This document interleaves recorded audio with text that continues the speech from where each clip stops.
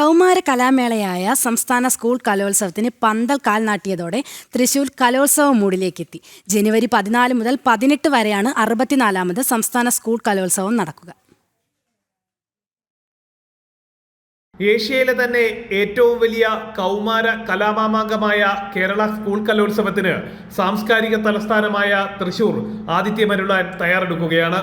2026 ജനുവരി 14 മുതൽ 18 വരെയാണ് കലോത്സവം അരങ്ങേറുന്നത്.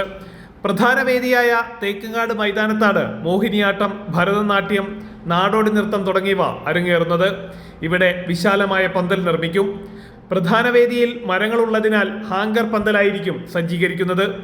വേദിയും സദസ്സുമടക്കം 60,000 സ്ക്വയർ ഫീറ്റ് വിസ്തീർണമുള്ള പ്രദേശത്താകും കൗമാരപ്പൂരം അരങ്ങേറുന്നത്. 24-ന് പന്തലിന്റെ പണി ആരംഭിച്ച് ജനുവരി 10-ന് അവസാനിക്കുമെന്ന് അധികൃതർ വ്യക്തമാക്കി. പാലസ് ഗ്രൗണ്ടിലാണ് മത്സരാർത്ഥികൾക്കും അതിഥികൾക്കുമായുള്ള ഭക്ഷണശാല ക്രമീകരിക്കുന്നത്. ഇവിടെ ജർമ്മൻ പന്തലാണ് തയ്യാറാക്കുന്നത്. സംസ്കൃത കലോത്സവം 13ാം വേദിയായ ജവഹർ ബാലഭവനിലാണ് നടക്കുന്നത്. അറബിക് കലോത്സവം 16, 17 വേദികളായ CMSHSS-ലാവും അരങ്ങേറുന്നത്. അതേസമയം തദ്ദേശ തെരഞ്ഞെടുപ്പിലെ ഭരണമാറ്റമുണ്ടായതിനാൽ സംഘാടക സമിതിയും അഴിച്ചുപണിയാനുള്ള നെട്ടോട്ടത്തിലാണ് അധികൃതർ. കോർപ്പറേഷനിലെ ഭരണമാറ്റമാണ് കലോത്സവ കമ്മിറ്റി മാറ്റത്തിന് നിർണായകമാകുന്നത്. തെരഞ്ഞെടുപ്പിൽ LDF-ന് ഭരണം നഷ്ടമാവുകയും UDF-ന് അധികാരം ലഭിക്കുകയും ചെയ്തു.